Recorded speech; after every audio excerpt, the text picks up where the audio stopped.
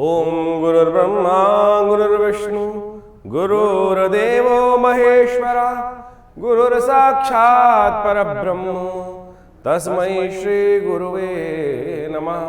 अखंडमंडलाकारं व्याप्तं येन चराचरं तत्पदं दर्शितं येन तस्मै श्री गुरुवे नमः।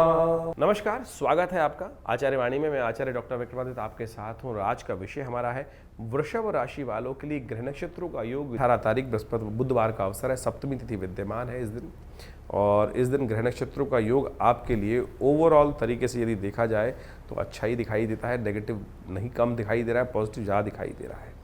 इस समय विशेष तौर पर बस हिम्मत विश्वास को दृढ़ करते हुए कार्य करने की ज़रूरत है। वृषभ राशि को ध्यान रखना चाहिए, नेगेटिव मत सोचना, सोच के जाओ, पॉजिटिव सोच के जाओ, और बिल्कुल काम पॉजिटिव होने के योग भी आपकी मेहनत के अनुसार है। जो आपके काम में जितनी मेहनत करोगे ना, उतना लाभ प्राप्ति के योग अवश्य बनते दिखाई दे रहे हैं। शिव का ध्यान करो, सुबह सुबह शिव का ध्यान करके कार्य करने का प्रयास कीजिए, चीज़ें आपके लिए अच्छी बनती दिखाई दे रही है, पॉजिटिव रिजल्ट्स आने के योग बनते दिखाई दे रहे हैं।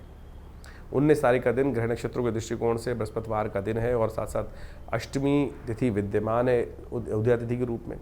ग्रह नक्षत्र आपके लिए खास तौर पे एक इशारा कर रहे हैं कि हमको सावधानी के साथ कार्य करने की ज़रूरत है।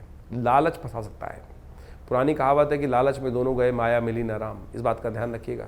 कहीं ना कहीं आपको कोई सब्ज बाग दिखा के, लालच दिखा के कोई ना कोई नए आदमियों से कहीं ना कहीं परेशानी होने के योग बन सकते हैं। जिनका कोई ठौर नहीं, ठिकाना नहीं, जानते नहीं, पूछते नहीं, उनके साथ कार्य करने से आपको बचना चाहिए। इस बात का ध्यान रखते हुए कार्य करना है। कोशिश करें दूध का दान करने का प्रयास करें, खीर का भोग मंदिर में लगाएं, भगवती का आशीर्वाद मिलेगा। बृहस्पतिवार का दिन है। केसर युक्त या विशेष तौर पर पीली जो भी चावल इत्यादि बनाकर भगवान को अर्पित करना, वो आपके लिए कल्याणकारी योग बनाएगा। 20 तारीख का दिन शुक्रवार का दिन है। नवमी तिथि इस दिन विद्यमान रहेगी ग्रह नक्षत्रों के दृष्टिकोण से, और ग्रहों का परिवर्तन का योग भी बनता दिखाई दे रहा है, जो आपके लिए खास तौर पर दिन बहुत अच्छा है, लेकिन अगले दिन से थोड़ा नुकसान होने के योग दिखाई देते हैं। शाम थोड़ी भारी दिखाई देती है। स्वास्थ्य का ध्यान रखते हुए ऐसा काम ना करें जिसमें आप बहुत ज़्यादा बियॉन्ड आपको शक्ति लगानी पड़े। स्वास्थ्य पर भारी पड़ सकता है, शाम को उसका रिजल्ट देखने को मिल सकता है, तो ध्यान रखें। धीरे धीरे काम करें, अपनी शक्ति को संचय रखने का प्रयास करें। स्वास्थ्य मौसम थोड़ा गर्म हो रहा है, इसलिए स्वास्थ्य पर ध्यान रखने की ज़रूरत ज़्यादा रहेगी। हो सके तो महामृत्युंजय मंत्र का जप करें। नए कार्य आरंभ करने के लिए दिन अच्छा दिखाई देता है। तो अभी आपने ग्रहों का विभिन्न प्रभाव आपके जीवन में आपकी राशि के अनुसार से क्या रहेगा ये समझा। ऐसे में आषाढ़ के महीने में ग्रहों का जो परिवर्तन का योग बन रहा है वो भी आपको समझना चाहिए। इस आषाढ़ के महीने में ज्योतिष के दृष्टिकोण से यदि हम काल गणनाओं के अनुसार से देखें तो इसमें 5 बृहस्पतिवार का योग पड़ रहा है, और 5 बृहस्पतिवार का योग जो होता है वो विशेष तौर पर बड़ा शांत योग नहीं माना जाता। अहम की लड़ाई कई बार मैं बड़ा या मैं बड़ा इस प्रकार का स्थिति बनती रहती है, और इस अहम की लड़ाई में इस वक्त ग्रह योग का प्रभाव दिखाई देता है। शनि और मंगल का जिस प्रकार का प्रभाव परिवर्तन के अनुसार से बन रहा है वो युद्धकारक ग्रह बनता दिखाई दे रहा है। द्वेष का, संघर्ष का योग दिखाता है। इसके साथ साथ मंगल भी ग्रह परिवर्तन की तरफ गए। मंगल सिंह राशि में जब प्रवेश किए और साथ साथ केतु के साथ उन्होंने युति बनाई। ये युति भी विशेष तौर पर बाजार के अंदर तेजी का रुख लाती दिखाई दे रही है। तो ऐसे में ये तेजी का रुख पहले से यदि समझ में आ जाए तो उससे व्यक्ति लाभ लेने का प्रयास करता दिखाई देता है। ग्रह नक्षत्र दृष्टिकोण से बाजार का रुख, हर चीज़ के रुख को हमें समझते हुए कार्य करने का प्रयास करना चाहिए। वहीं स्थिति एक और भी परिवर्तन के बन रही है। बृहस्पति अस्त हो गए हैं, और साथ साथ सूर्य का परिवर्तन जब होने का योग बन रहा है वो रविवार को बनता दिखाई दे रहा है, और उसके कारण से परिवार में और कई प्रकार से समाज के अंदर उथल पुथल होने के योग दिखाई देते हैं। आकाशीय क्षेत्र में विशेष तौर पर विस्फोट के योग बनते दिखाई दे रहे हैं ग्रह नक्षत्रों के दृष्टिकोण से। ये सारा का सारा प्रभाव विशेष तौर पर जो समझें, आषाढ़ का महीना वैसे ही इस प्रकार का होता है कि आकाश में जब बादल छाए रहते हैं और जब चंद्रमा दिखाई देता है तो कभी चंद्रमा ओझिल हो जाता है और कभी चंद्रमा सामने आ जाता है। यानी एक और समझे भी वैसे भी समाज के अंदर अभी देखिए हम तो दिन के अंदर जो प्रभाव चलता है, कभी बादल आगे, कभी छाँव, कभी धूप का खेल चलता रहता है। तो ऐसे में ग्रहों का परिवर्तन का योग भी उसी तरफ दिखाता है। तो ऐसे में अपने ग्रहों को सही से समझते हुए कार्य करना हमारे लिए बहुत ज़रूरी है। जो देश काल परिस्थिति में ग्रहों को समझकर कार्य करने का प्रयास करते हैं उनके जीवन में महत्वपूर्ण परिवर्तन आने के योग बन जाते हैं। देखिए, भगवान की आराधना ही हर ग्रह का निवारण है। बहुत सारे लोग इस बात को समझने का प्रयास करते हैं कि उपाय जो हम दिन पर दिन बताते हैं, कई लोगों ने लिख के भेजा कि भाई नित्यपति पूजा नहीं करनी चाहिए। अरे नित्यपति तो पूजा करना सबसे श्रेष्ठ कार्य है, वो तो आपका इष्ट मंत्र जो है उसका तो जब अवश्य करने का प्रयास करें।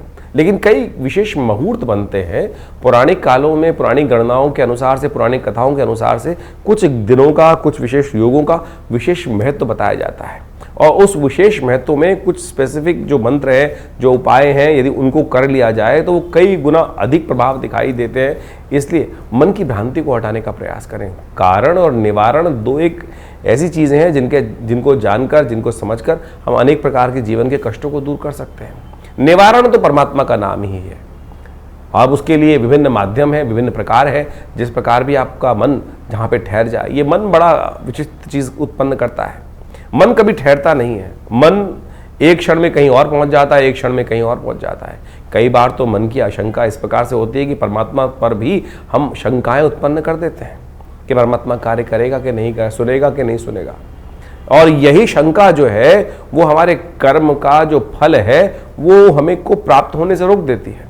तो इस बात का हमें ध्यान रखना चाहिए। परमात्मा पे पूर्ण विश्वास, जो कर्म कर रहे हैं उस पर पूर्ण विश्वास, दृढ़ विश्वास।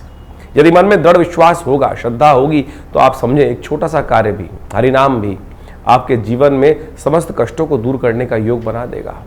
कहा जाता है ना, एक घड़ी आदि से पुनियाद, तुलसी संगत साथ की हरे कोट अपराध। लेकिन वो कब होगा? जब मनसः वाचा कर्मणा तीनों रूप से देहात्म बुद्धि से रहित होकर उस परमात्मा की शरण में जाकर एक बार हरिनाम का वो स्मरण करेंगे। तब हम उस हरिनाम के स्मरण को किस प्रकार से करने का प्रयास करते हैं, जो भी कार्य कर रहे हैं। वैसे तो कहा गया है कि 24 घंटे अहर्निश उस परमात्मा का नाम लेने का हमें प्रयास करना चाहिए।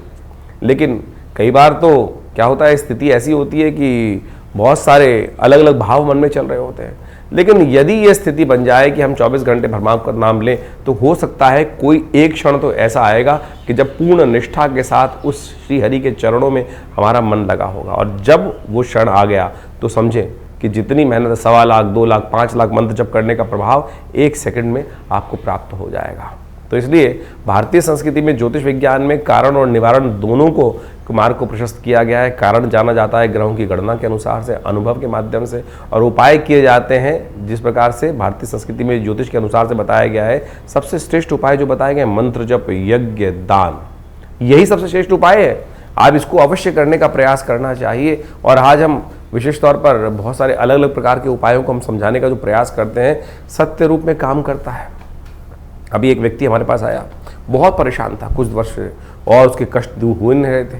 तो हमने विशेष तौर पर एक अनुष्ठान, जिसको हम बहुत मुश्किल से, लोग लगातार लगे रहते हैं कि कोई भगवती बगलामुखी का अनुष्ठान कर दीजिए, ऐसा कर दीजिए। बहुत जब आवश्यकता होती है तब करने की ज़रूरत बनती है, और जब किया जाता है तो वो कई प्रकार के कष्टों को दूर करने के योग बनाता है। तो आप समझे, ये मंत्र जप इत्यादि, मुहूर्त इत्यादि बिल्कुल विशेष हैं। तो अपने देश काल परिस्थिति को समझते हुए, ग्रहों को समझते हुए सही रूप से करने का प्रयास करें, तब जाके जीवन में उन मंत्रों का प्रभाव आपको स्वयं देखने को मिलेगा। तो ये छोटे छोटे उपाय जो हमने आपके समक्ष रखे, आशा करते हैं इनको आप अपने जीवन में उतारेंगे। और शंकाओं का निवारण करने के लिए आप हमारे इस चैनल पर जाकर अपने प्रश्नों को भेज सकते हैं। हम प्रयास करेंगे उन सब प्रश्नों को व्हाट्सएप के माध्यम से जो नंबर आते हैं फ़ोन, उनको अवश्य जवाब देने का प्रयास करें। इसके अलावा पहला रविवार जो हमने विवेकानंद योगाश्रम में रखा हुआ है, वो इसीलिए रखा हुआ है यज्ञ के बाद। वैसे तो हर रविवार को बड़ा प्रोग्राम होता ही है, उसमें यज्ञ में आप ध्यान साधना इत्यादि में माँ भगवती का दर्शन करने के लिए आप आ सकते हैं। लेकिन पहले रविवार में एक प्रश्नोत्तरी का कार्यक्रम भी रखते हैं, समागम भी रखते हैं। आप वहाँ आकर अपने प्रश्नों का निवारण रविवार को सुबह 8 बजे से लेकर 10 बजे के बीच में भी आप कर सकते हैं। और हमसे मिलने के लिए कोई बहुत बड़ी जद्दोजहद नहीं करनी, आराम से आइए। विवेकानंद योगाश्रम दिल्ली में आपके तमाम प्रश्नों का जवाब भी देंगे, और बहुत सारे और भी जो मन में शंकाएं चल रही हैं अध्यात्म के प्रति, उनके सबके लिए भी बहुत सारे कार्यक्रम समय समय पर चलते रहते हैं, उनसे हम आपको अवगत कराते रहते हैं। आशा करते हैं आप विवेकानंद योगाश्रम में आकर, बहुत सारे और भी कार्य चल रहे हैं। आपकी सूचना के लिए हम बता दें, यहाँ विवेकानंद योगाश्रम में एक हॉस्पिटल है बड़ा, योगा प्राकृतिक चिकित्सा आयुर्वेद का हॉस्पिटल है, और वहाँ नित्यप्रति बहुत सारी व्यवस्थाएं भी रहती हैं। और अभी विश्व योग दिवस के अंतर्गत पूरे जमुनापार में सबसे बड़ा कार्यक्रम भारत सरकार के साथ मिलकर, आयुष मंत्रालय के साथ मिलकर किया जा रहा है, जिसमें 15,000 आदमी एक साथ मिलकर योग करेंगे 21 तारीख को। आप भी उसमें भी यमुना स्पोर्ट्स कॉम्प्लेक्स में ये कार्यक्रम रहेगा। आप उसमें भी सादर आमंत्रित हैं। सुबह 6 बजे से लेकर और करीब करीब 9 बजे तक ये कार्यक्रम रहेगा जमुना पार में, यमुना स्पोर्ट्स कॉम्प्लेक्स में। उसमें भी आप आकर हमारे साथ पूरा स्वस्थ भारत के निर्माण के लिए सुंदर योग का कार्यक्रम में भाग ले सकते हैं। धन्यवाद, नमस्कार।